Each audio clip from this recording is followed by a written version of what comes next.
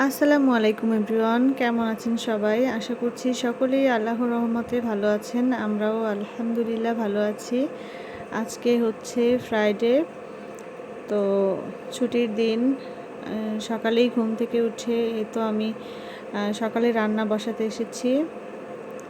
তো আজকে সকালে ঝটপট করে একটু খিচুড়ি রান্না করব, কারণ সব সময়ই তো ব্যস্ত থাকি, অনেক কাজবাজ থাকে। এখন ছুটির দিনে একটু সকালের নাস্তাটা শর্টে করতে চাচ্ছিলাম।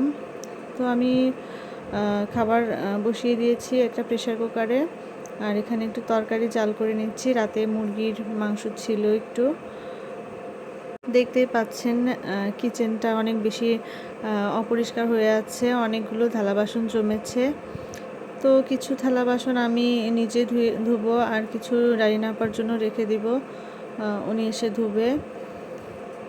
এরকমটাই করে থাকি।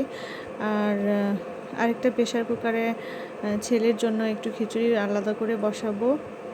তো এই তো আমি কিছু ছোট ছোট যে থালা বাসনগুলো আছে ওগুলো ধুয়ে ফেলছি।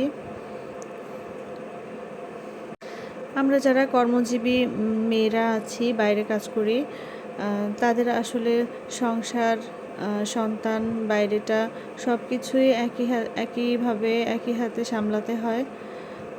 আমার হেল্পিং হ্যান্ড রয়েছে, তারপরে আমার পরিবারের লোকজনও আছে, সবাই খুবই হেল্পফুল।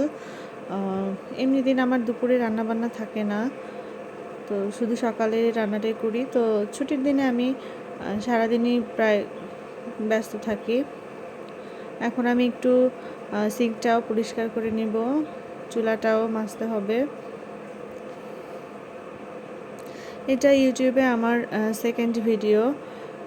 আপনাদের যদি ভালো লাগে তাহলে একটি লাইক দিয়ে পুরো ভিডিওটি দেখতে থাকুন। আমি আসলে প্রতিদিন যে কাজকর্ম করে থাকি সেগুলোই ব্লগে দেখাবো, এক্সট্রা কিছুই দেখাবো না, কোনো বিলাসিতাও না। আর আমি যেহেতু একটা ছোট বাচ্চার মা প্লাস কর্মজীবী, আমি একটা স্কুলে, প্রাইমারি স্কুলের শিক্ষক, তো খুব বেশি সাজিয়ে গুছিয়ে হয়তো দেখাতে পারবো না, তবে আমি প্রতিদিন যা করি সেইগুলাই দেখাবো।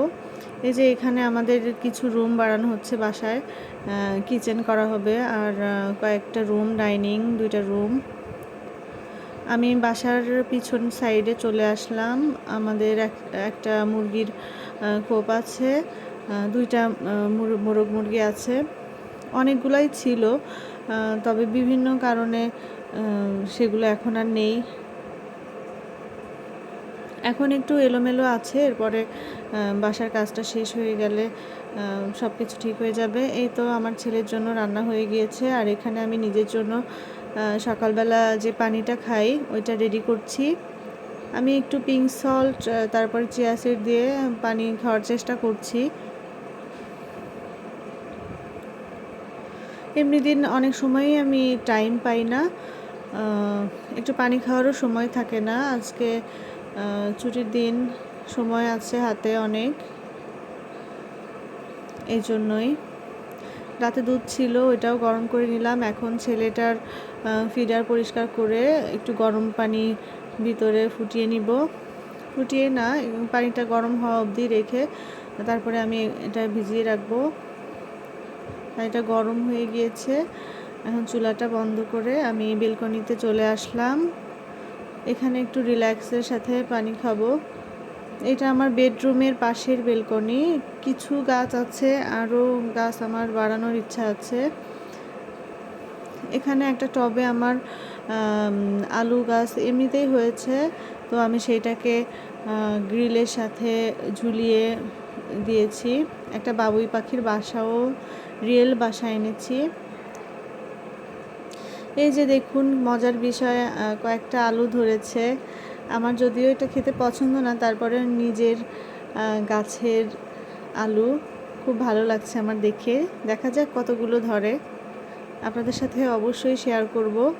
এই যে এই বাবুই পাখির বাসাটা কিন্তু রিয়েল, আমার স্টুডেন্টরা আমাকে গিফট করেছে। এই যে দেখুন এখানে একটা স্নেক প্লান্ট আছে, আর এই আলু গাছের নিচে আলু গাছের টবটায় আমি আবার একটা আমের আটি বসিয়েছি। এটা সম্ভবত থাইকাটিমো নাম, অনেক মজা ছিল, তাই ভাবলাম একটু বসিয়ে রাখি যদি হয়। টুকিটাকি পরিষ্কার পরিচ্ছন্নতার কাজও করছি। গ্রিলটা বেশ ঝুল ছিল, ঝাড়ু দিচ্ছি। প্রতি শুক্রবার শনিবারই আমি টুকটাক পরিষ্কার পরিচ্ছন্নতার কাজ করি, কারণ অন্য দিন তো সময় পাই না। যতটুকু পারি ছোট বাচ্চা নিয়ে আমি ক্লিন থাকার চেষ্টা করি, এর বেশি আসলে সম্ভব না এখনই। তাহলে দেখা যাবে যে নিজের উপর বেশি প্রেশার পড়ে যাবে। এই তো আমার ছেলের 1 বছর পূর্তির জন্মদিন সামনে, ওর জন্য আমি কিছু বই কিনেছি, আগেই কিনে ফেলেছি। ও এগুলা খুবই পছন্দ করে দেখতে। যখন খাওয়াই ওকে তখন এই বইগুলো হাতে দিই যাতে একটু ব্যস্ত থাকে। বেডটা গুছিয়ে নিচ্ছি। যখন বাবুকে অন্য কেউ একটু ধরে বা কারোর কাছে থাকে বা ঘুমিয়ে থাকে তখনই আমি শুধু কাজ করি, বাকিটা সময় আমি ওকেই টাইম দেই। এখানে আমার বাবুর জামা কাপড়গুলো রাখি এই বোলটাতে, আর এখানে ওর অপরিষ্কার জামা কাপড়গুলো গুছিয়ে রাখছি একটা বালতিতে। ডালিনা আপা এসে ধুবে। এই যে আমার রুমে এই টেবিলটায় আমি আমার প্রয়োজনীয় সমস্ত কিছু রাখি। দেখুন কত জিনিস জমা হয়ে আছে। এগুলো যতটুকু পারি গুছিয়ে রাখবো। একসাথে এত জিনিস থাকলে আসলে আমারও ভালো লাগে না, কিন্তু এখান থেকে কিছুই বাদ দেওয়ার নেই, সবই প্রয়োজন। আমার রুমে হচ্ছে ড্রেসিং টেবিল নেই, একটা ড্রেসিং টেবিল ভীষণ প্রয়োজন, কিনতে হবে, তাহলে হয়তো জিনিসপত্র আরও বেশি গোছানো থাকবে। অন্য রুমে আছে ড্রেসিং টেবিল আর আয়নাও আছে বড়, এই জন্য আমি অত বেশি চাপ নিচ্ছি না এটার জন্য। ছেলের গ্যাস হয়েছে, পেটে গ্যাস জমেছে, খেতে যাচ্ছে না, তাই ওষুধ আনালাম, মুটিঘাট খায়। আর এগুলা ওর বাবার ওষুধ। এই ইয়েলো কালারের ঝুড়িটা ওর বাবার সব জিনিসপত্র থাকে, একটাই ছেলের ওষুধ, আবার এইটাই আমার যে জিনিসগুলো থাকে প্রসাধনী আর কি। আমি তেমন একটা ইউজ করি না, তারপরেও যা থাকে এখানে রাখি। এরপরে দুপুরের রান্নার আয়োজন করতে হবে। ফ্রিজ থেকে আমি যা রান্না করব বের করে নিচ্ছি। আজকে হচ্ছে পুঁটি মাছ দিয়ে আলু দিয়ে একটু ভুনা করব, আর চিংড়ি মাছ ডাল দিয়ে বড়া করব। এই তো ডাল ভিজিয়ে রেখেছিলাম, ডাল আর চাল 2 রকমের ডাল ছিল। তারপরে এতে কিছু চিংড়ি মাছ, পেঁয়াজ মরিচ তারপরে রসুন আর কিছু মশলাপাতি যা আছে সেগুলো দিয়ে আমি ব্লেন্ড করে নিব। আর আমার শ্বশুর আব্বা কচুরলতি এনেছেন বাজার থেকে, কচুরলতি দিয়ে চিংড়ি মাছ খাবেন, তো সেটাও করতে হবে। ডালিনা আপা আসার আগেই আমি কচুরলতিগুলা বেছে রাখলাম, কুটে রাখলাম। এক ফাঁকে আমি একটু নিজের জন্য আমরা কেটে নিচ্ছি। আমি দেশি ফল খুবই পছন্দ করি, আর এগুলা কিন্তু আমাদের শরীরের জন্য অনেক উপকারী, চেষ্টা করি টুকটাক খাওয়ার। এই তো দুপুরের রান্নাটা আমরা মাটির চুলাতেই করি। এখানে আসলাম, আমি যে লতিটা প্রথমে বসিয়ে নিলাম। শ্বশুর আব্বা টাইম মতো খায়, এই জন্য আমরা সময় মতোই রান্নাটা কমপ্লিট করতে হয়। এখানে রাইনা আপা সব কিছু রেডি করে দিল, পেঁয়াজ মরিচ কেটে আলু কেটে মাছটা ধুয়ে সব রেডি করে দিয়েছে। একটা তরকারি রান্না শেষে আমি বড়াগুলো ভেজে নিচ্ছি যাতে তাড়াতাড়ি করে খেতে দিতে পারি।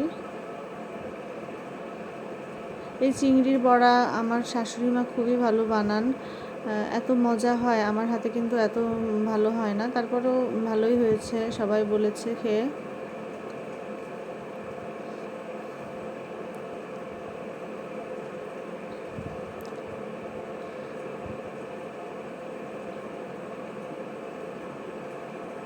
আমি রান্নাবান্নায় অত বেশি এক্সপার্ট নই, তারপরেও সংসার করতে হলে রান্নাবান্না মেয়েদেরকে করতেই হয়। যতই চাকরি করি আর যাই করি না কেন, রান্না করতেই হবে পরিবারের সকলের জন্য।